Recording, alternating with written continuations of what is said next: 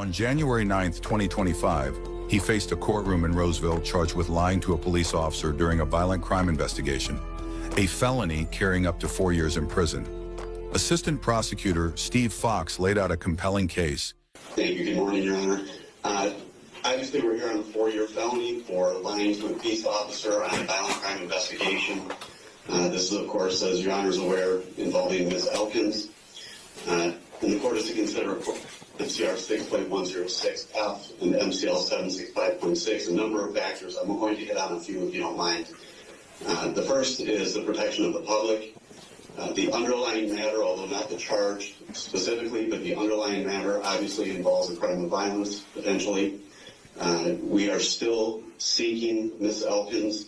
The defendant, we suspect and believe, may know where she is.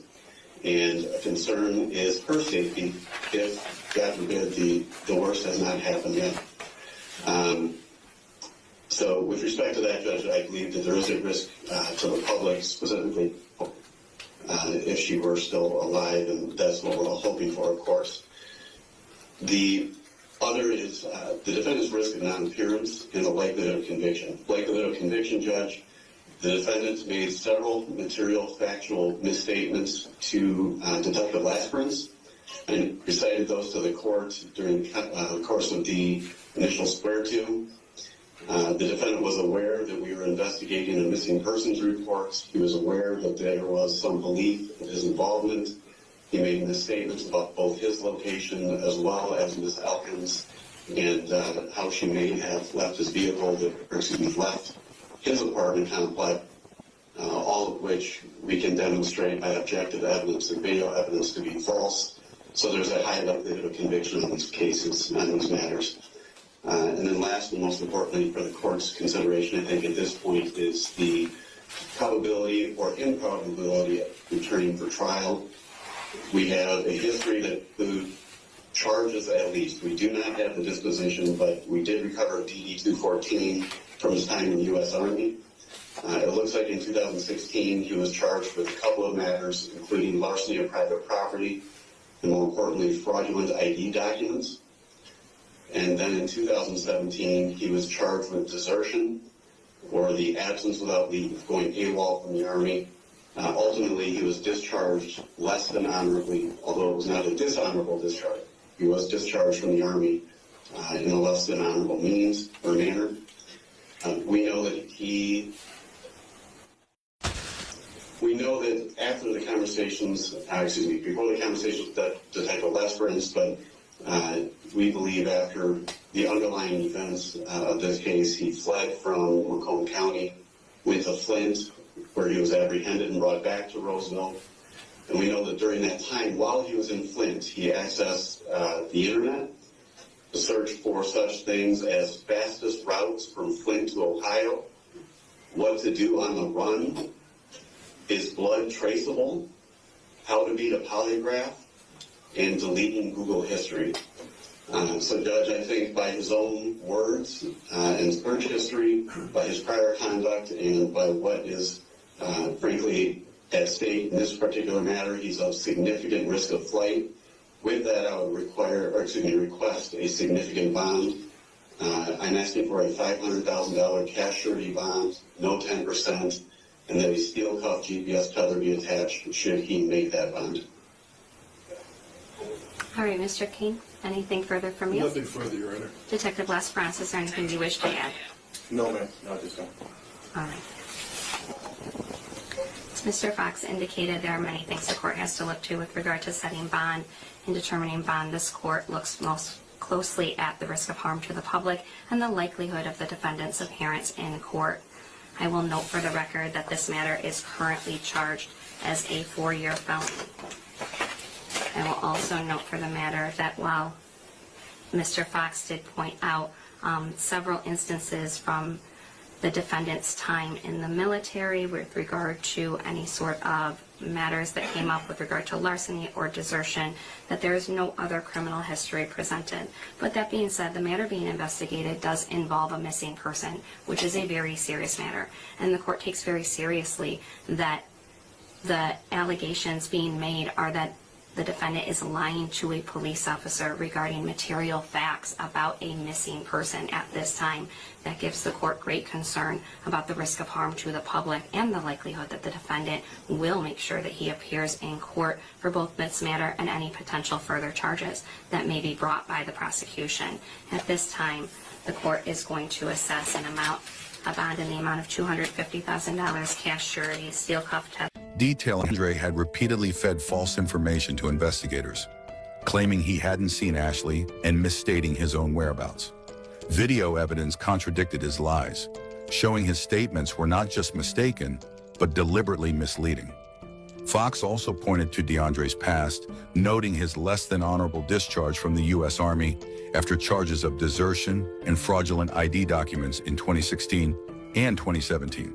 This history, coupled with his flight to Flint, raised fears he might disappear again if released.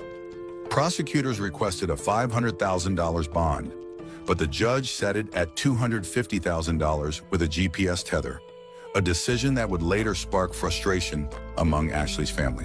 The evidence from DeAndre's own actions to the clues left in his apartment pointed to a man desperate to hide a terrible truth, leaving little doubt about his role in the tragedy that stole Ashley's life.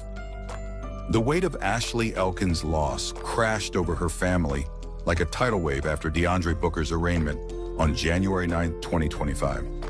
Monica Elkins, Ashley's mother, stood before reporters, her voice trembling with grief as she faced the unbearable truth. Her daughter was likely gone forever. The pain of telling Ashley's two young sons, aged 10 and 7, that their mother wouldn't come home was a wound too deep for words.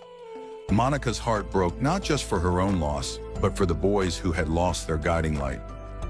She spoke with raw frustration about the court's decision to set DeAndre's bond at $250,000, far less than the $500,000 prosecutors had demanded.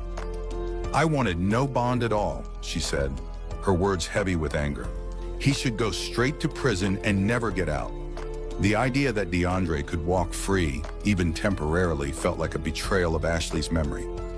Now the family's focus turned to Ashley's boys, ensuring they'd grow up surrounded by love despite their unimaginable loss. Monica vowed to seek justice, determined to honor her daughter's memory while navigating a long, painful road to healing.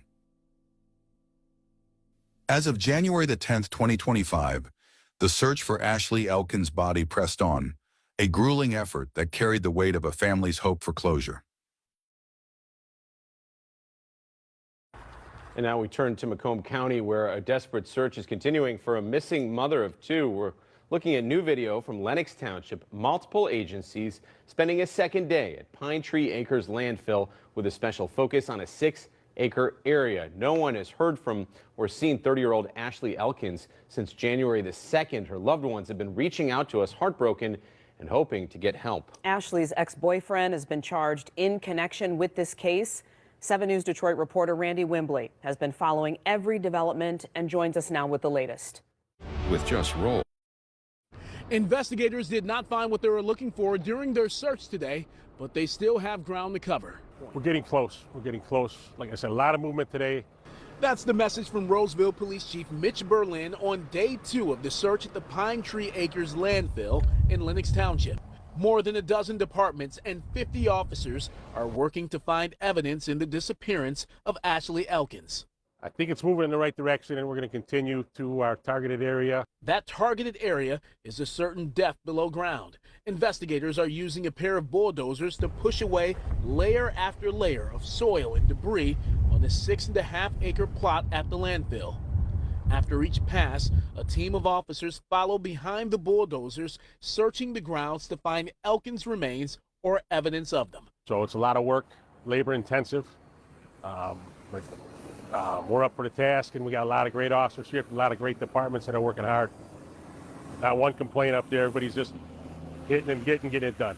Investigators are also putting a pair of cadaver dogs to work in their search at the landfill. The K9s are good to have on board, but could be thrown off course. There's other flesh in there. There's meat scraps. There's